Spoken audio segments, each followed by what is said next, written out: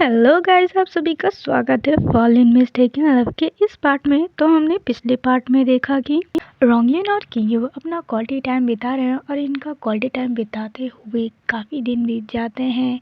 तीसरी सुबह गोई गुस्से से कहीं जा रहा है और पीछे से झांग मुस्कुरा रहा है। तभी हम देखते हैं कि रोंगयन जैसे ही दरवाज़ा खोलता है वैसे ही गुई उसे मुक्का मारने जाता है, पर रोंगयन उसके हाथ को पकड़ लेता है और अपने मन में कहता है, मेरी आंखों की रोशनी वापस आ गई है, लेकिन मेरी ताकत और एजिलिटी भी वापस आ गई है।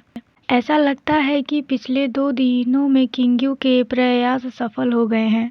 तभी पीछे से किंगयू आते हुए कहता है, माय लॉर्ड, गुई को चोट मत पहुंचाइए। तो रोंगयन गुई को छोड़ते हुए कहता है, आपके कौशल में बहुत सुधार हुआ है, लेकिन आप अभी भी मेरे प्रतिद्वंदी नहीं हैं। किंगयू को बचाने और उसकी देखभाल करने के लिए धन्यवाद। ये सुन के गुई कहता, इधर झांग आके किंगयू से कहता है, ये समझ में आता है कि आप लोग एक दूसरे से इतने लंबे समय तक दूर रहे हैं, तो इतनी ज़्यादा इच्छा होना स्वाभाविक है, लेकिन 2 दिन तक ऐसा करना बहुत ज़्यादा नहीं है। आपको खुद पे नियंत्रित रखना चाहिए। और पीछे गुई और रोंगयन वो दोनों एक ही चीज़ कहते हैं। उनकी बात किस चीज़ के बारे में हो रही है? तभी किंगयू टॉपिक बदलते हुए कहता है, क्या हमारे जाने के बाद कोई हमें खबर देने के लिए आया था? तो झांग कहता है, सचिव लिन चुपके से भाग निकला। हमने उसे माउंट ईस्ट तक ढूंढा, लेकिन वह भाग गया। लॉर्ड मेयर चैंग ने उसे खोजने में हमारी मदद करने के लिए कुछ लोगों को भेजा है। तभी एक गार्ड चिल्लाते हुए आके कहता है, माय लॉर्ड, भयानक खबर है। माउंट ईस्ट पर एक खदान में दुर्घटना हुई है। खदान ढह गई है। माइनर्स अंदर ही फंस गए हैं। ये सुन के किंगयू और रोंगयन एक दूसरे की ओर देखते हैं। फिर सीन शिफ्ट होता है माउंट ईस्ट माइन की ओर। वहाँ पे काफ़ी ज़्यादा तादाद में भीड़ लगी होती है। वहाँ पे लोग चिल्ला के रो रहे होते हैं कि मेरा पति वहाँ पे है, मेरा बेटा वहाँ पर है। गार्ड उन लोगों को रोकते हैं तो वो लोग कहते हैं, आप लोग किस चीज़ का इंतज़ार कर रहे हैं? आप लोग उन लोगों को क्यों नहीं बचाने जाते? तभी वहाँ पे किंगयू यानी कि यंग मास्टर युन मियाओ आता है, तो लोग उससे मदद मांगने लगते हैं कि मेरे बेटे को बचाइए, कृपया हमारी मदद कीजिए। तो वो कहता है, सभी लोग कृपया शांत हो जाइए। लॉर्ड मेयर चैंग को खनन दुर्घटनाओं से निपटने का कई वर्षों का अनुभव है। मुझे विश्वास है कि वह कोई रास्ता निकाल लेंगे। और मेरे बगल में चैन राज्य से प्रिंस ये है, वह आपकी मदद करने के लिए यहाँ है। तो लोग ये बात करने लगते हैं कि क्या ये प्रिंस ये हैं? और वो लोग मदद मांगने लगते हैं प्रिंस ये से। तो प्रिंस ये कहता है, चिंता मत कीजिए, मेरे अपनी सेना भेज दी गई है। हम यथाशीघ्र अंदर फंसे लोगों को बचा लेंगे। तभी हम लोग देखते हैं कि केव का दरवाजा पूरी तरीके से बंद हो चुका होता है। तो एक गार्ड कहता है, लॉर्ड मेयर, हमें क्या करना चाहिए? तभी हम जियांग लिन को देखते हैं जो कि कहता है, गुफा पूरी तरह से बंद हो गया है। हमारे पास समय की कमी है। सबसे तेज तरीका है कि प्रवेश द्वार पर चट्टानों को बारूद से उड़ा दिया जाए। तभी किंगयू कहता है, ये यंग मास्टर सही कह रहे हैं। बारूद से चट्टानों को नष्ट करना सबसे आसान और तेज तरीका है, लेकिन यहाँ बहुत सारी ढीली चट्टानें हैं। विस्फोट से पूरी गुफा पूरी तरह से ढह सकती है।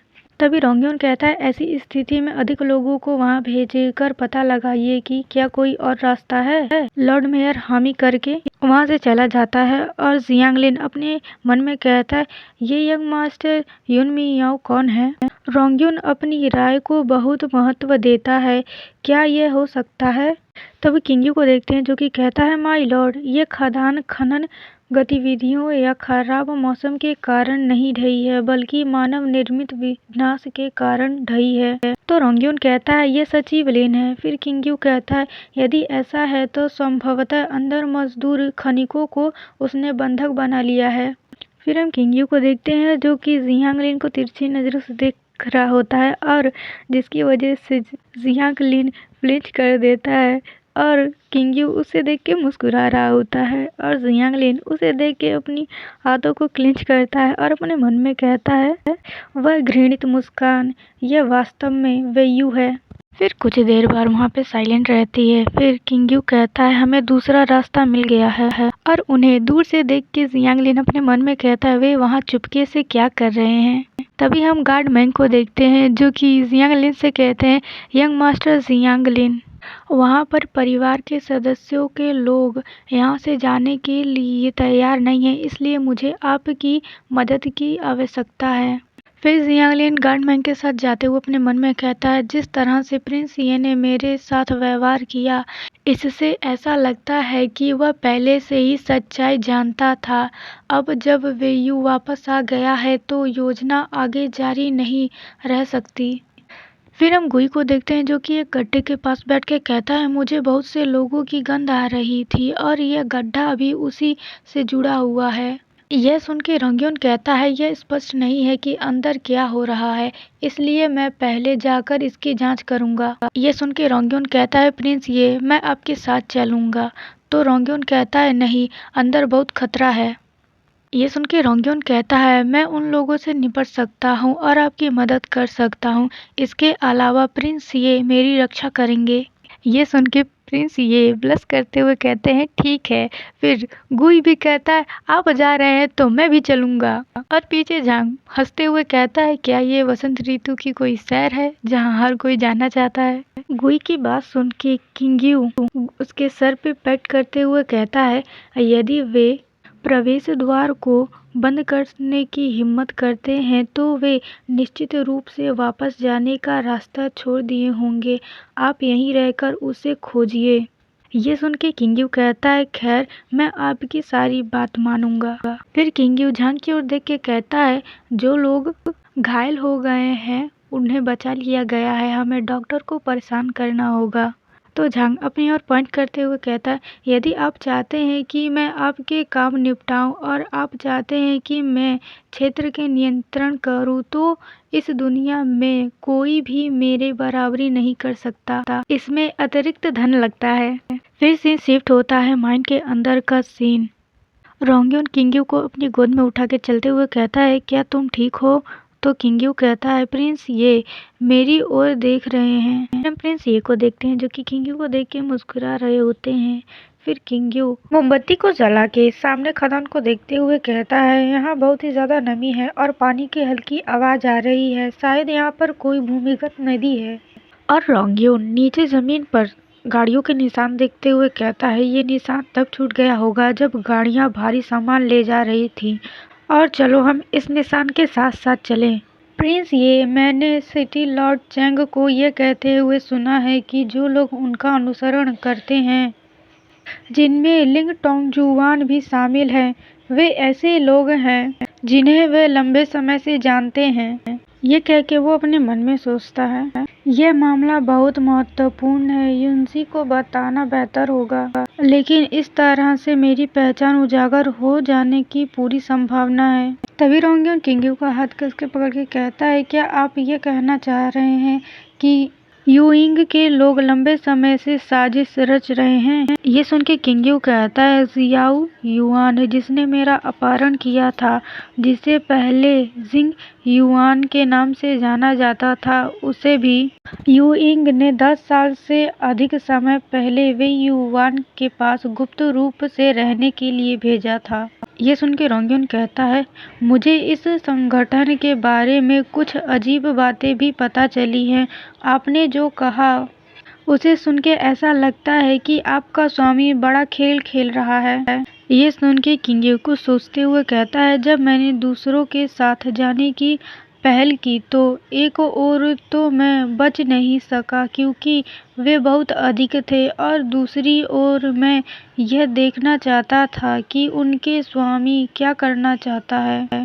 मुझे उस स्थान पर ले जाने के बाद मैंने अधिकांश लंबे समय तक उन लोगों को परीक्षण देने में मदद की, और कभी कभी मुझे उनके स्वामी से बात करने का अवसर भी मिला, लेकिन मोटे पर्दे के पीछे से मैं ये नहीं देख पाया कि वह कैसा दिखता था और उसकी आवाज भी नहीं थी। वहाँ से भागने के बाद मैंने वापस जाकर देखा और अवसर तलाशने लगा, लेकिन मैंने पाया कि वे सभी वहाँ से भाग गए हैं।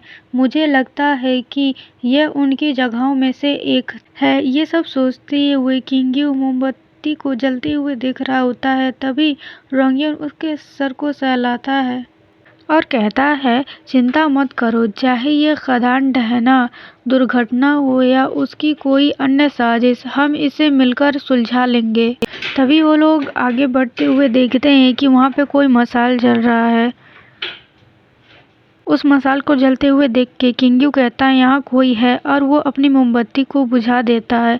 और तभी हम लोग देखते हैं कि उस खदान में कुछ लोग मजदूर उस जगह की खुदाई कर रहे होते हैं और कुछ सिपाही मजदूरों को कोड़े मारते हुए जल्दी सब कुछ करने के लिए कह रहे होते हैं। वहाँ पर एक आदमी आके कहता है, सर आप बैठ कर एक कप चाय क्यों नहीं पी लेते? तभी क्विंग युवान कहता है, यदि तुम लोग प्रिंस ये और चैन ये के लोगों को डैंगसॉन में नहीं लाए होते तो हमें इतनी जल्दी नहीं करनी पड़ती, बेवकूफ़। तभी उन लोगों को कुछ आवाज़ सुनाई देती है, तो वो लोग कहते हैं, कौन है वहाँ? और ये सुन के किंग्यू और रोंगयन वहाँ पे छिप जाते हैं। तभी क्विंग युवान आगे बढ़ते हुए अपनी मयान से तलवार आगे निकाल के उस सर जा ही रहा होता है। तब ये पार्ट खत्म होता है। जब आप लोग चैनल को सब्सक्राइब और इस वीडियो को लाइक करेंगे तभी अब नेक्स्ट पार्ट मैं लाऊंगी।